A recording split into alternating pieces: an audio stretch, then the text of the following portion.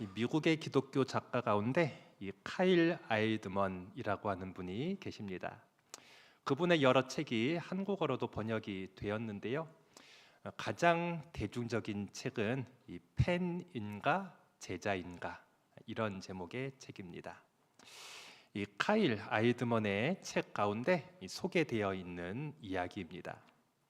이 이슬람 국가에서 어느 선교사님은 예수 그리스도의 복음을 전하여 한 사람이 예수님을 믿고 구원받게 된다면 그 사람에게 이렇게 권면한다고 합니다. 이 종이를 놓고 이제 예수님을 믿은 그 사람에게 자신의 지인들 가운데 아직 예수님을 모르는 사람들, 아직 예수님을 믿지 않는 사람의 이름을 다 기록하게 하는 것이죠.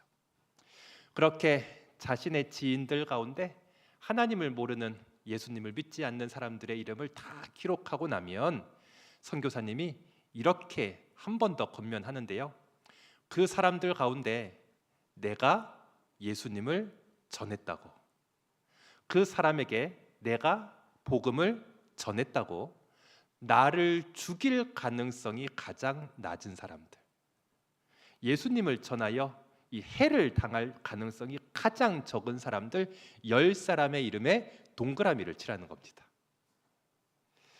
그렇게 10명의 사람에게 동그라미를 치게 되면 선교사님은 마지막으로 이렇게 권면하는데요. 그 10사람에게 최대한 빨리 가서 복음을 전하라 이렇게 권면하는 거죠. 그리고 이제 막 예수님을 믿고 하나님을 믿게 된 그 성도는 선교사님의 권면에 따라 그 10사람에게 복음을 전한다는 것입니다. 얼마나 두려웠을까요? 이 이슬람 국가에서 자신의 지인들에게 예수님을 전하고 전도한다는 것 얼마나 두려운 일이었을까요? 그러나 지금도 그 일을 행하고 있는 사람들이 있다는 것입니다. 이 지구상에 이 이슬람 국가에 살고 있기 때문에, 혹은 공산 국가에 살고 있기 때문에 예수님을 전하는 것, 복음을 전하고 전도하는 일이 생명을 내어놓는 것 같은 위험한 일이 된다 하더라도 참 많은 사람들이 여전히 복음을 전하고 있는 것이죠. 도대체 그분들은 왜 자신의 생명까지도 내어놓으면서 이렇게 복음을 전하고 있는 것입니까? 그 이유는 너무나도 단순하지요. 예수님을 전하고 복음을 전하는 것, 예수님께서 우리에게 주신 지상 최고의 명령이기 때문인 것이고, 예수님께서 교회에 주신 최고의 사명이 예수님 오시는 그날까지 전도하는 일, 선교하는 일, 바로 그것이 교회가 감당해야 하는 가장 소중한 사명이기 때문인 것입니다. 우리는 몇 주째 이 사도행전의 말씀을 묵상하고 있지요. 이 사도행전의 말씀을 우리 교회 성도님들과 함께 나누어야겠다 처음에 계획할 때부터 이 사도행전의 말씀을 다시 한번 읽고 묵상하며 이 설교를 준비하는 모든 과정들 속에 이 저의 마음속에 한 가지 간절한 기도의 제목이 일어나고 있는데요. 우리 성도님들도 같은 마음으로 기도해 주시기를 부탁드리고 싶어요. 그 기도의 제목은 이것입니다.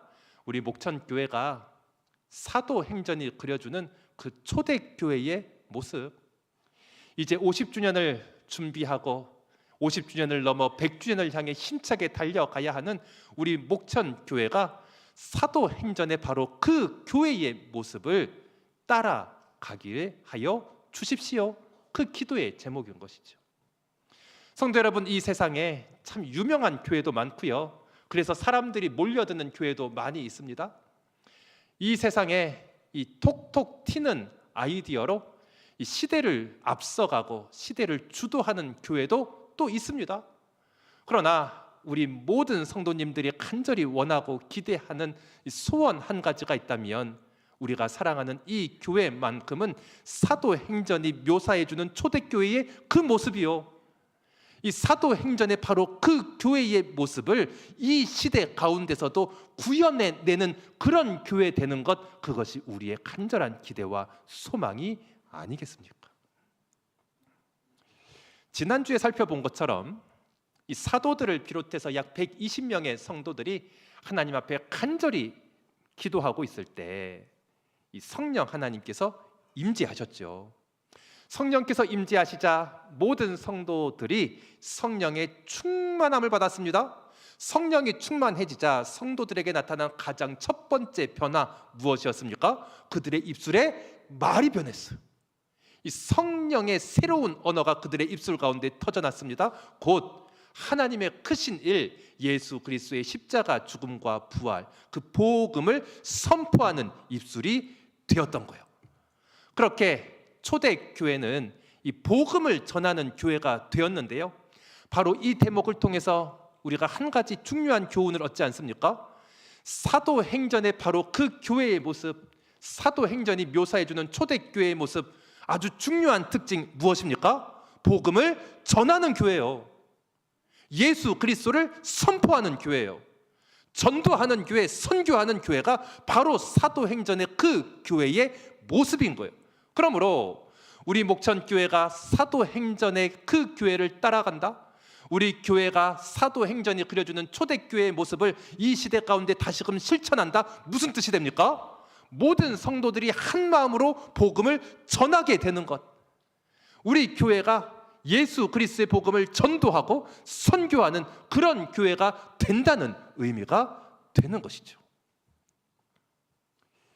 이 초대교회 성도들이 힘을 다하고 최선을 다해서 예수 그리스도의 복음을 전했습니다. 그런데 문제는 이 예수님을 전하는 그 일을 너무나도 싫어했던 사람들이 주변에 가득하다는 거예요. 오늘 본문으로 함께 읽지는 않았지만 사도행전 4장이 시작하는 1절 말씀 한번 보시겠습니까? 사도행전 4장 1절이 이렇게 말씀하네요. 사도들이 백성에게 말할 때에, 여기 사도들이 백성들에게 말했다라고 되어 있는데요, 앞에 사도행전 3장의 내용을 읽어보면 여기서 말했다라고 하는 것은 예수 그리스도의 복음을 전했다, 예수님을 전파했다, 이렇게 이해할 수 있습니다. 자, 사도들이 백성들에게 예수님에 대해서 가르치고 전파하였습니다. 그러자 4장 1절 누가 등장합니까? 제사장들, 성전 맡은 자들, 사두 개인들이 등장하네요. 계속해서 2절 말씀 보십시오. 그들이 예수 안에 죽은 자의 부활이 있다고 백성을 가르치고 전하는 것을 어떻게 했죠? 싫어했어요. 여기에 등장하는 제사장들, 성전 맡은 자들, 사두개인들, 한마디로 세상의 권력자들, 이렇게 이해하시면 정확합니다. 이 당시 시대에는 이 종교와 정치가 분리되지 않았던 시대였거든요. 그러니 세상의 최고의 권세자들, 최고의 힘 있는 자들이 예수님 전하는 것을 싫어했어요. 그리하여 이 사도행전 4장의 말씀을 계속해서 읽어보면 이 베드로, 요한을 비롯한 사도들을 불러다가 예수님 전하지 말라고, 예수님에 대한 복음을 선포하지 말라고 그들에게 이 위협을 가하는 장면이 사도행전 4장의 내용인 것입니다. 베드로도 사람인지라 얼마나 무서웠을까요? 베드로도 사람인데 그 권력자들의 위협 앞에 얼마나 두려움을 느꼈을까요? 그 베드로가 이제 그 권력자들의 위협을 당한 뒤 어떻게 행동하였는지 그 내용을 기록하고 있는 것이 오늘 본문의 말씀인데요. 자, 오늘 본문이 시작하는 23절 말씀 우리 한 목소리로 함께 읽어보도록 하겠습니다. 시작. 사도들이 노임에 그 동료에게 가서, 아멘. 사도들이 노임에 그들이 가장 먼저 누구에게 갔습니까?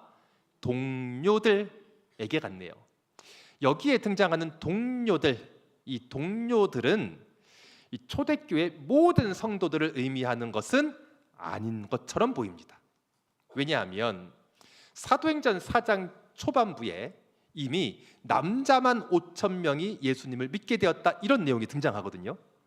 그러니 초대교회는 이미 수천 명의 사람들이 함께 모여 하나님을 예배하고 하나님을 믿게 되는 아주 큰 교회가 된 거예요.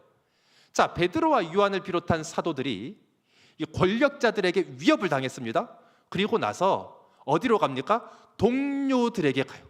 모든 성도들에게 다 알리는 것이 아니라 신앙의 동력자들, 자신의 동지들, 자신의 동료들을 찾아가 자신이 지금까지 겪었던 모든 이야기들을 다 알려주고 이야기해 주고 있는 것이죠. 자, 그러자 그들이 어떻게 행동합니까? 24절 말씀인데요, 그들이 듣고 한 마음으로 하나님께 기도하기 시작해요. 그러므로 본문에 등장하는 동료들 어떤 분들입니까? 사도들이 자신의 속마음을 다 이야기할 수 있는 믿음의 동역자들. 그 이야기를 다 듣고 마치 나의 일처럼 한 마음으로 하나님 앞에 간절하게 기도할 수 있는 기도의 동역자들. 그리하여 예수 그리스도의 복음을 전하다가 큰 어려움을 당하고 환난을 당하고 위협을 당하였을 때 그 동료들과 함께 기도함으로 말미암아 다시 힘을 내고 위로를 얻을 수 있는 이 전도의 동역자들, 바로 그들로 말미암아 이 베드로와 요한도 새로운 힘을 얻어낼 수가 있었던 거예요. 성도 여러분, 신앙생활을 하고 봉사를 하고 특별히 전도를 하다 보면 어려움을 당합니다. 역경을 당합니다. 반대에 부딪힙니다. 그때 다시금 힘을 내어 그 전도의 길을 걸어갈 수 있는 힘 어디서 납니까? 동역자들이요. 함께 기도해 줄 수 있는 사람이요. 같은 마음으로 한 마음으로 기도하는 신앙의 동역자들이 있을 때 우리는 새로운 힘을 얻어낼 수가 있는 것이죠. 그러므로 사랑하는 성도 여러분, 여러분들이 참으로 초대교회 성도들처럼 전도하는 사람이 되기를 원하시나요? 여러분들이 참으로 우리 목천교회가 초대교회처럼 사도행전의 그 교회처럼 전도하는 교회, 선교하는 교회가 되기를 원하십니까? 가장 먼저 함께 기도하고 내 마음을 털어놓고 나의 일을 자신의 일처럼 함께 기도할 수 있는 신앙의 동력자들이 서로에게 되어 주실 수 있기를 바랍니다. 그렇게 우리 교회 가운데 서로가 서로에게 믿음의 동역자가 되고 신앙의 동역자가 되고 전도의 동역자가 되어 줄 때 우리 교회는 전도하는 교회, 선교하는 교회, 이 사도행전의 바로 그 교회가 될 수 있는 것입니다. 이 베드로와 요한이 세상의 권력자들에게 큰 위협을 당했습니다. 그리고 나서 이 동료들, 동역자들을 찾아가 한 마음으로 기도하기 시작했지요. 그러자 참 놀라운 일이 일어나게 되는데요, 기록된 하나님의 말씀, 곧 성경을 통해서 하나님의 뜻을 발견하게 된 거예요. 자, 오늘 본문 25절 말씀부터 보십시오. 또 주의 종 우리 조상 다윗의 입을 통하여 성령으로 말씀하시기를. 이제 구약 성경, 특별히 시편 2편의 말씀을 인용하는데요, 그 다음 대목부터는 시편 2편을 인용하는 그런 구절입니다. 어찌하여 열방이 분노하며 족속들이 허사를 경영하였는고. 그러므로 이 사도들이 이 동역자들과 함께 간절히 기도할 때 그 마음속에 성경 말씀, 이 특별히 시편 2편의 말씀이 떠올랐던 거예요. 자, 계속해서 26절 말씀도 시편 2편의 말씀을 인용하는 대목이거든요. 우리 26절 말씀을 한 목소리로 읽어보도록 하겠습니다. 시작. 세상의 군왕들이 나서며 그의 그리스도를 대적하도다 하신 이로소이다. 아멘. 26절에 어떤 말씀을 인용합니까? 세상의 군왕들이요, 세상의 권력자들이, 관리자들이 함께 모여 주님과 그의 그리스도를 대적한다, 이 사실을 기록해 두고 있었던 시편 2편의 말씀이 떠올랐던 거예요. 이 말씀을 통해서 초대교회 성도들은 깨닫게 된 거죠. 아, 우리보다 1000년 전에 활동했던 다윗의 시대에도 세상의 권력자들이 하나님을 대적했구나. 다윗의 시대로부터 약 1000년이 흐른 지금 이 베드로와 요한이 활동하던 우리의 시대에도 세상의 권력자들은 하나님을 대적하고 있구나. 바로 그 사실을 깨닫게 된 겁니다. 근데 성도 여러분, 시편 2편의 말씀을 계속 읽으면 이런 대목이 등장하거든요. 세상의 권력자들이 하나님을 대적합니다. 그런데 마침내 하나님은 이 철장으로 그들을 깨뜨리신다. 이런 표현이 시편 2편에 등장해요. 그러니 초대교회 성도들은 그 기록된 말씀, 그 성경의 말씀을 통해서 무엇을 깨달았을까요? 지금도 예전에도 세상의 권력자들은 하나님을 대적하지만 마침내 하나님의 크신 뜻, 하나님의 계획은 온전히 이루어지겠구나. 지금도 세상의 권세자들이 예수 그리스도의 복음 전하는 것을 싫어하여 하나님을 대적하고 있지만 마침내 예수 그리스도의 복음을 증거하는 하나님의 뜻은 온전히 이루어지겠구나. 그 사실을 성경의 말씀을 통해 깨달을 수가 있었던 거예요. 그 내용이 오늘 본문 27절부터 등장하는데요. 27절 말씀 보십시오. 과연 헤롯과 본디오 빌라도는 이 정치적인 세속 권력자들이죠. 이방인들과 이스라엘 백성과 합세하여 하나님께서 기름 부으신 거룩한 종 우리 주님 예수 그리스도를 거스르고 있구나. 이 사실을 깨닫게 된 거예요. 그러나 28절 말씀 보십시오. 영원히 서 있는 것 있으니 그것이 무엇입니까? 하나님의 권능과 뜻대로 하나님께서 이루시려고 예정하신 바로 그것이요. 세상의 권세자들이 아무리 하나님을 대적해도 마침내 그들의 모든 행동까지도 하나님께서 다 사용하여 주셔서 하나님의 권능, 하나님의 뜻이 온전히 하나님의 계획 가운데 이루어지게 하여 주실 것이다. 그 마음의 확신과 위로를 얻을 수가 있었던 거예요. 어떻게요? 성경의 말씀, 기록된 말씀을 통해 하나님의 뜻을 발견함으로 말미암아 그 마음이 다시금 새 힘을 얻을 수가 있었던 것입니다. 성도 여러분, 하나님의 일을 하고 교회의 일을 하고 특별히 복음을 전하는 현장 가운데 힘겨운 일들, 어려운 일들, 넘어지고 싶은 일들 참 많이 있습니다. 그때마다 하나님께서 우리에게 어떻게 힘을 주시고 위로를 주십니까? 기록된 말씀 성경을 통해서 우리에게 힘을 주시고 위로를 주시고 격려하여 주시는 것이죠. 이 성도님들 가운데 이따금 저에게 이렇게 질문하는 분들이 여럿 계세요. 그 질문은 이런 질문인데요. 목사님, 제 마음속에 늘 하나님의 은혜가 가득했으면 좋겠어요. 말씀의 은혜, 기도의 은혜, 찬양의 은혜, 예배의 은혜가 늘 가득했으면 좋겠어요. 그런데 예배 드릴 때는 은혜가 있는 것처럼 보이고 찬양할 때는 내 마음속에 은혜가 있는 것처럼 보이고 기도할 때는 은혜가 쌓이는 것처럼 보이는데 시간이 조금만 지나고 나면 그 은혜가 다 어디 갔는지 사라지고 없네요. 어떻게 하면 좋을까요? 이런 질문을 던지는 분들이 여럿 계십니다. 혹시 여러분들 마음속에도 이와 같은 질문이 도사리고 계시나요? 제가 이 시간에 우리 마음속에 하나님의 은혜가 계속 지속될 수 있는 비결 한 가지를 알려드리려고 하는데요. 그 비결은 이 말씀의 자리, 기도의 자리에만 계속 있는 것이 아닙니다. 물론 우리 마음속에 말씀의 은혜, 기도의 은혜가 가득하려면 기도의 자리, 말씀의 자리에 있으셔야 돼요. 그러나 기도의 자리, 말씀의 자리에 있을 뿐만 아니라 섬김의 자리, 봉사의 자리, 특별히 전도의 자리에 있을 때 우리 마음속에 하나님께서 주시는 은혜가 가득하게 된다고요. 섬김의 자리, 봉사의 자리, 특별히 전도의 자리에 있다 보면 성경 구절 한 구절만 읽어도 그 가운데 살아계신 하나님의 음성이 들리고요.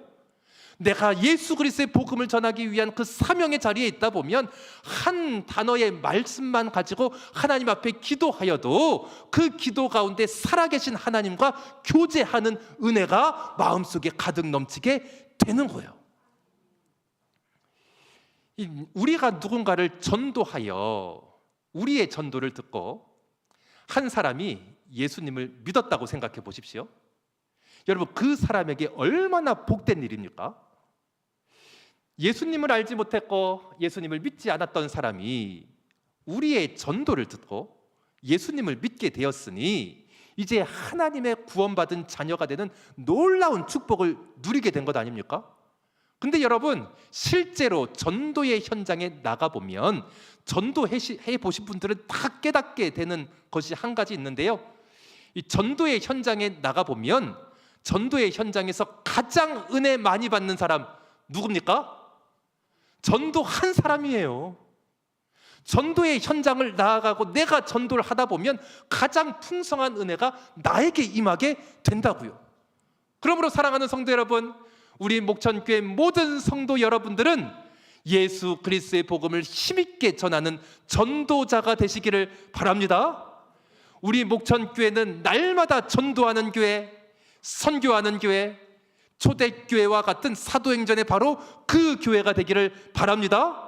그렇게 복음을 전하는 우리들이 될 때 우리 교회 안에서 함께 신앙생활하는 우리 모두의 마음속에 이 성령의 은혜가 가득 넘쳐나게 되는 것입니다. 이 사도들이 큰 위협을 당한 뒤 이 동역자들을 찾아갔습니다. 그리고 한 마음으로 간절히 기도하였지요. 그러자 하나님께서 말씀으로 하나님의 뜻을 보여주시는데요, 그 말씀을 힘입어서 용기를 얻고 새 힘을 얻었어요. 이제 성도들은 그 말씀을 의지하여 더욱더 간절한 마음으로 기도합니다. 그 기도의 제목이 본문 29절부터 등장하거든요. 29절 말씀 보십시오.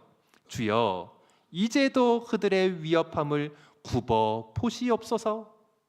자, 이제 우리가 더욱더 주목해야 할 기도의 제목이 등장하는데요, 이렇게 기도했어요. 또 종들로 하여금 담대하게 하나님의 말씀을 전하게 하여 주옵소서. 무엇을 기도했습니까? 담대한 마음을 좀 주세요. 용기를 좀 주세요. 그래서 우리가 두려워하지 않고 담대한 마음으로 용기 있게 복음을 전하게 하여 주십시오. 이렇게 기도했던 겁니다. 성도 여러분, 베드로도 두려웠던 것 같습니다. 요한 사도도 복음 전하는 게 힘들었던 것 같아요. 내가 복음을 전하지만 이 복음을 과연 사람들이 믿을 수 있을까? 그 걱정과 근심이 초대교회 성도들도 가득했다고요. 그래서 기도한 거예요. 하나님, 두려운 마음 다 사라지고 담대한 마음 주셔서 용기 있게 복음을 전하게 하여 주옵소서. 기도할 수밖에 없었던 거죠. 초대교회 성도들이 계속해서 이렇게 기도하는데요, 본문 30절 말씀 보십시오. 손을 내밀어 병을 낫게 하여 주시고 표적과 기사가 거룩한 종 예수의 이름으로 이루어지게 하여 주십시오. 이렇게 기도하네요. 본문 30절에 등장하는 이 기도의 제목 한마디로 무슨 기도입니까? 성령의 능력, 성령의 권능을 요청하는 기도죠. 성도 여러분, 전도는 내가 하는 것 아니거든요. 전도는 성령 하나님께서 하시는 겁니다. 전도는 나의 능력으로 할 수 있는 것 아닙니다. 전도는 성령의 능력과 성령의 권능으로만 가능한 것이 전도죠. 그리하여 초대교회 성도들은 이 성령의 능력, 성령의 권능을 덧입을 수 있도록 간절히 기도할 수밖에 없었던 거예요. 그렇게 성도들이 한 마음으로 기도하자 이제 하나님께서 응답하여 주십니다. 오늘 본문의 마지막 31절 말씀이네요. 우리 31절 말씀 함께 읽어보도록 할까요? 31절입니다. 시작. 빌기를 다하매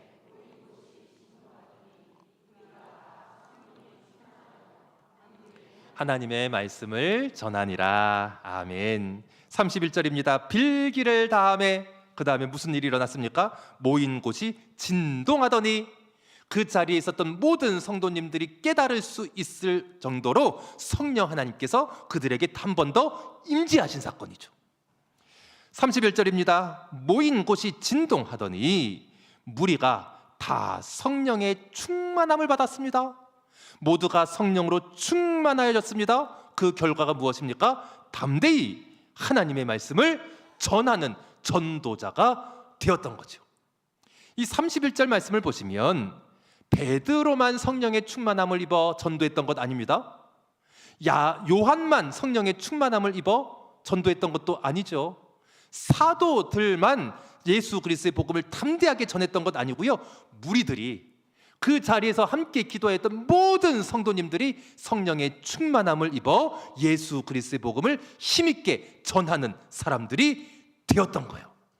성도 여러분, 여러분들 가운데 전도하는 건 너무나도 귀한 사역이지만 나는 두려움이 많다고, 나는 부끄러움이 많다고, 나는 전도가 세상에서 제일 힘들다고 그렇게 생각하는 분들 계시나요?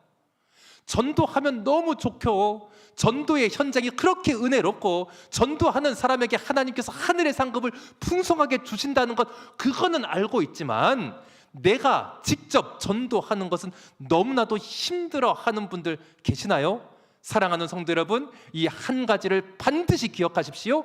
전도의 시작은 합심하여 간절히 기도하는 것으로 시작하는 겁니다. 그렇게 우리가 동료들과 믿음의 동역자들과 한 마음으로 기도하기 시작하면 하나님이 우리 마음속에 담대함을 주시는 것이고, 우리가 그렇게 한 마음으로 합심하여 하나님 앞에 간절히 기도하다 보면 하나님께서 우리에게 성령의 권능을 주셔서 담대한 마음으로 예수 그리스도의 복음을 전하게 하여 주시고, 마침내 우리 목천교회 초대교회와 같은, 사도행전의 바로 그 교회와 같이 전도하는 교회, 선교하는 교회를 만들어 주시는 것입니다. 바로 그때 우리는 그 안에서 전도의 은혜, 선교의 은혜, 하늘의 풍성한 은총을 누릴 수가 있게 되는 것입니다. 기도하겠습니다. 하나님 아버지, 우리도 초대교회 성도들처럼 복음을 전하고 예수님을 전파하는, 전도하는 사람이 되게 하여 주시옵소서. 하나님, 우리가 사랑하는 이 교회도 초대교회와 같이, 사도행전의 바로 그 교회와 같이 전도하는 교회, 선교하는 교회가 되게 하여 주시옵소서. 그리하여 우리 모든 성도님들이 한 마음으로 기도하며 전도하고, 우리 모든 교회가 한 마음으로 기도하며 전도하고 선교하는 그러한 교회가 될 때에 이 교회 안에서 함께 신앙생활하는 우리들 가운데 하늘의 기쁨, 천국의 기쁨, 전도의 그 풍성한 은혜가 날마다 가득 넘쳐나게 하여 주시옵소서. 예수님의 이름으로 기도합니다. 아멘. 우리 다 함께 자리에서 일어나셔서 함께 찬양하도록 하겠습니다.